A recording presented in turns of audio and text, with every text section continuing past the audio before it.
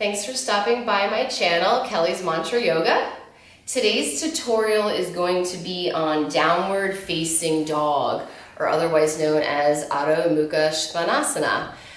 Today I'm going to go over some really nice key alignment points in our body. I'm going to start by focusing on the hands and kind of work my way up into our back, and then start at the hips and work the way down the legs. I'll also show us some modifications on how to come in a little bit differently than what we're used to.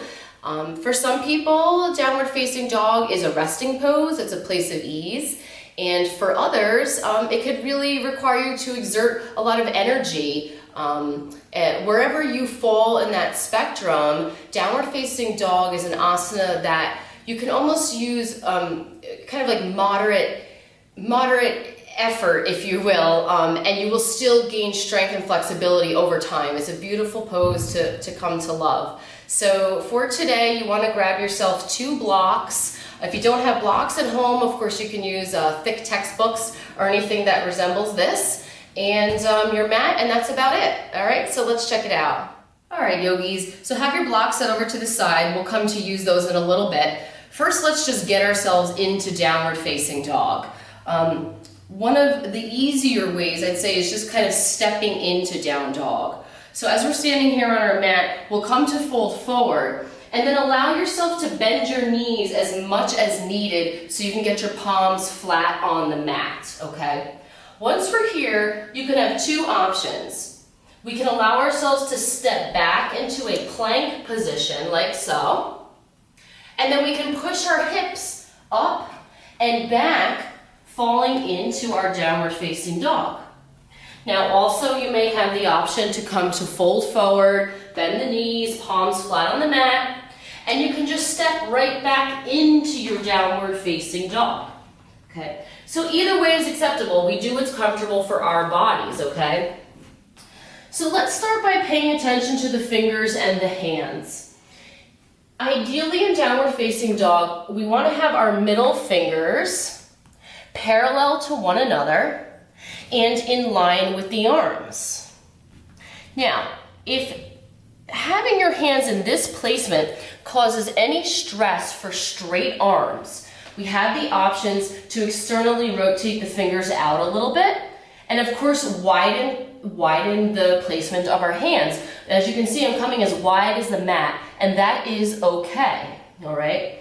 From here, most people that are new coming into downward facing dog find that their head hangs maybe about right here or so. And you may feel a little bit of a tension in your neck. It's going to take some time and discipline for your neck to become strong enough to support the head and allow it to melt down through the arms. So eventually you find that your ears are alongside the arms.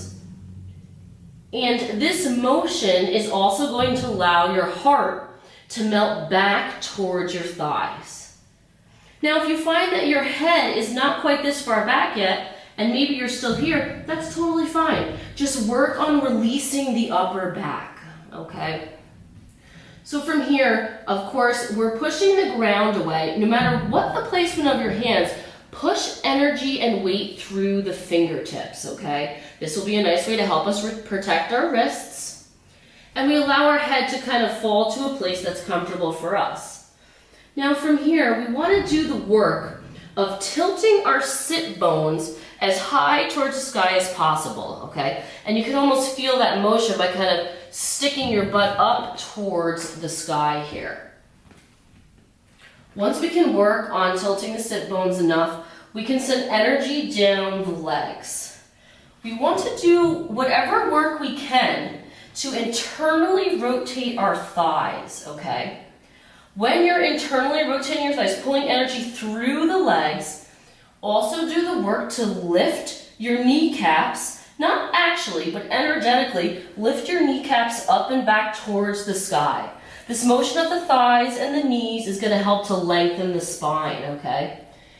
And again, once you move your way down to your feet, we like to keep the feet hips distance apart and the feet parallel.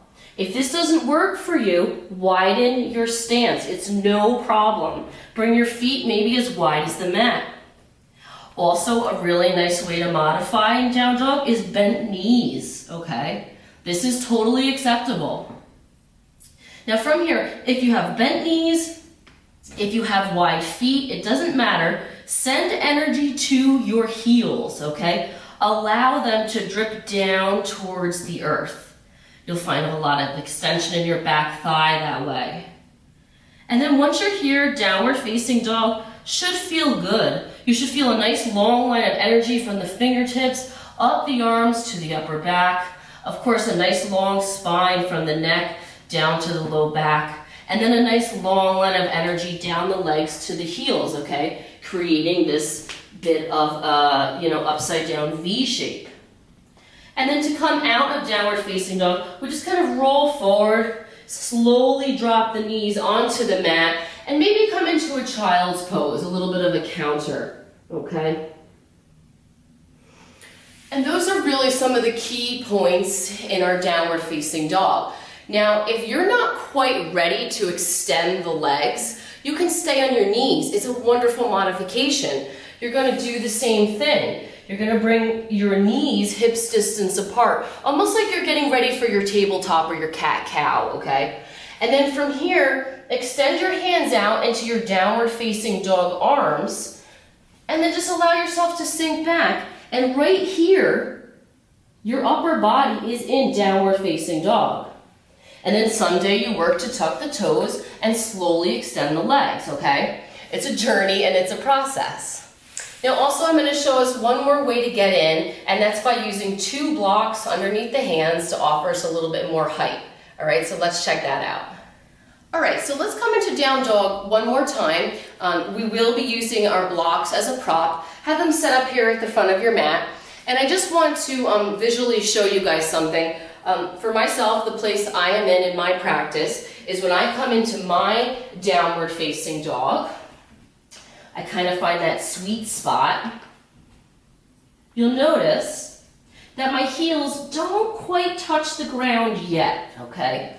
It's a work in progress. They've made a lot of improvement over the years, but I'm not quite there yet. Now, I'm going to come to grab the blocks, and let's place those under our hands, ideally shoulders distance apart or where's comfortable for you. And again, I'll come in one more time into my downward facing dog, and you'll notice my heels quite easily find the ground here. Obviously, because I'm using the blocks for a lot more height. Now, this is just a really nice way to modify if you're really, if you find that your heels are really high up off the ground and you really like to make some contact with the earth, get a block or even 2 blocks, just be safe, and allow yourself to melt in and find that place, okay? So like all asanas, it's a journey, right? And our body changes each time we come into them. I spend a lot of time reading and researching, trying to find what are the best ways for me to come in for my practice. And I want to share with you guys 2 books that I've been using through my teacher training I went through, and then after. For the first one is Yoga Anatomy by Leslie Kaminoff and Amy Matthews. This is an amazing book if you're into anatomy. It really breaks down every muscle of your body into so many asanas, of course, including downward facing dog. So if you don't have this book, you might want to check it out.